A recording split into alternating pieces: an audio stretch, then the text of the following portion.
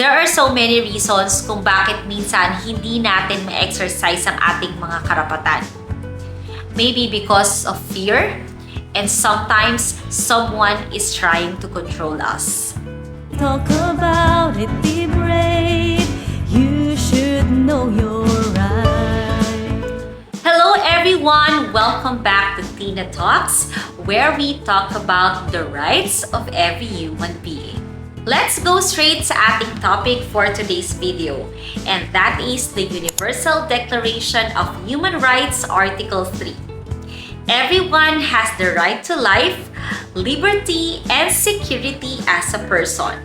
This means that every individual is entitled to their own life, the freedom to make choices, and the assurance of personal safety. It underscores the fundamental importance of these rights in protecting human dignity and well-being, and it prohibits arbitrary deprivation of life or liberty. This article serves as a cornerstone for the protection of individual freedoms and safety under international human rights law.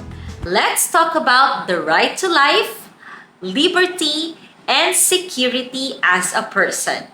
Every individual has the right to live life to its fullest.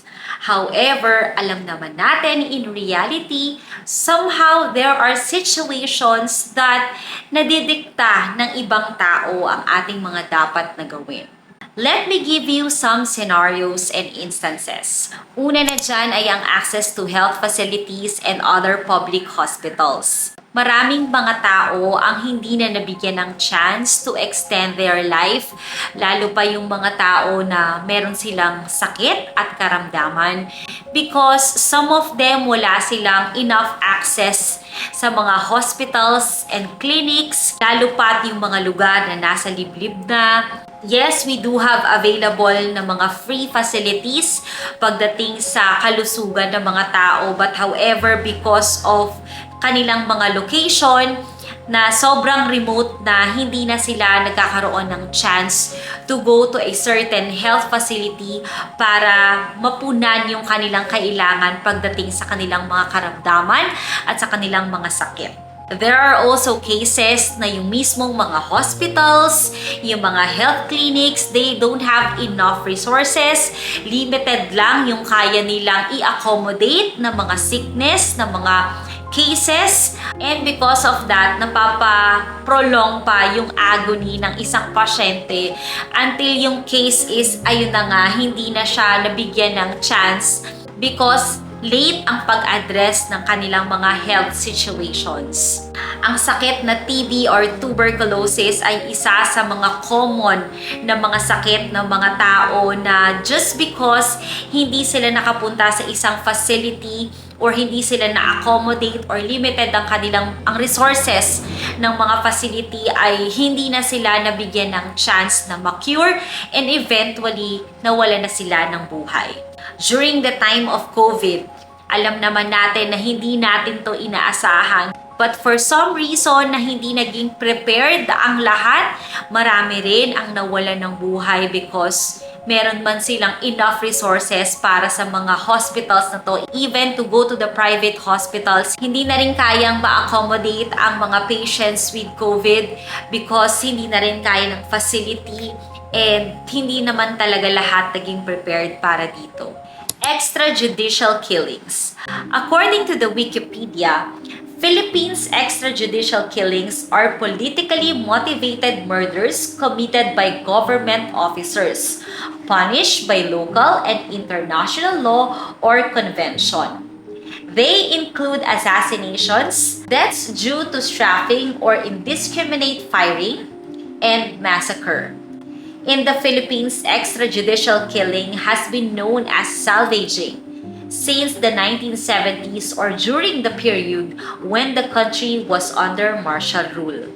Another research said that extrajudicial killings or extrajudicial executions happen when someone in an official position deliberately kills a person without any legal process.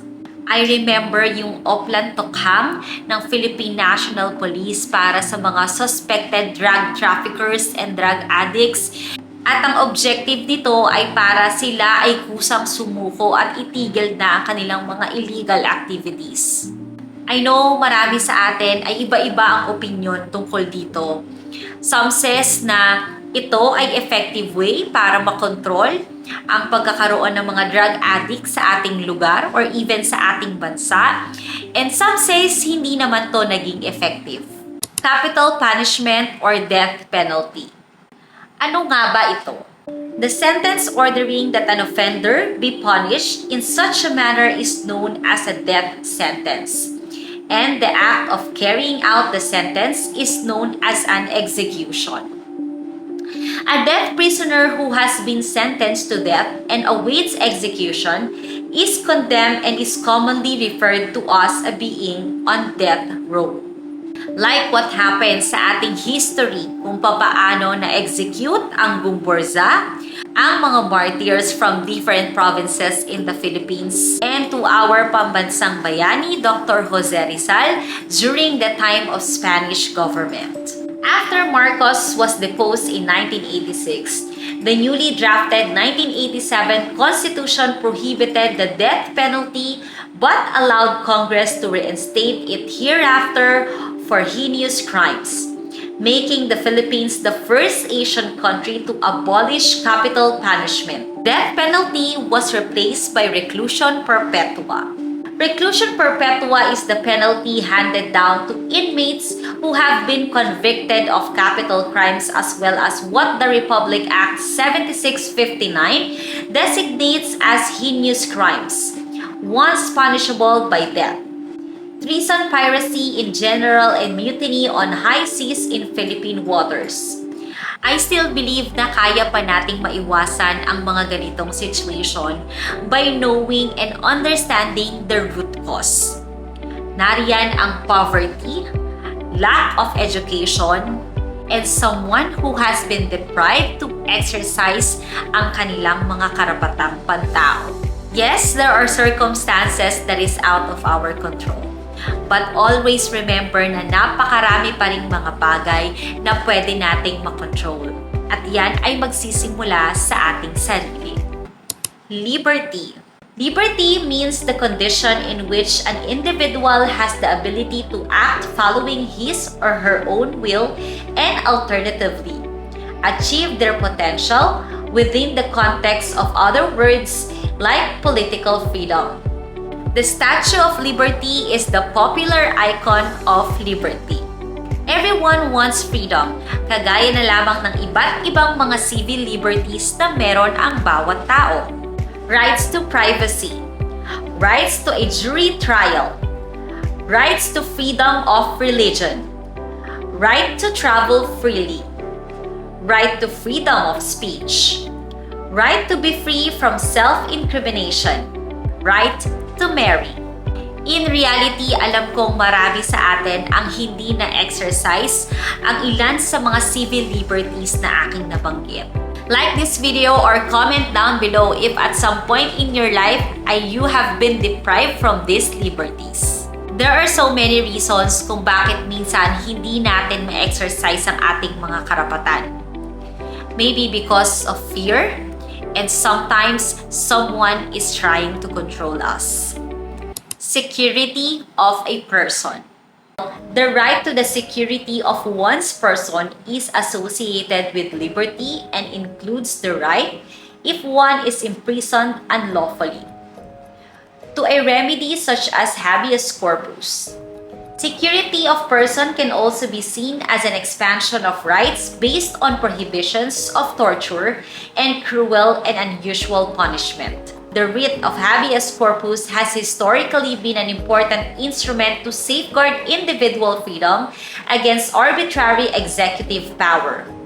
It is a law stating that an individual cannot be imprisoned or held in custody inside a prison cell unless he or she has first been brought before a court of law, which decides whether or not it is legal for the person to be kept in prison.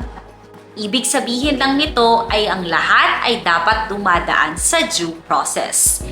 Innocent until proven guilty.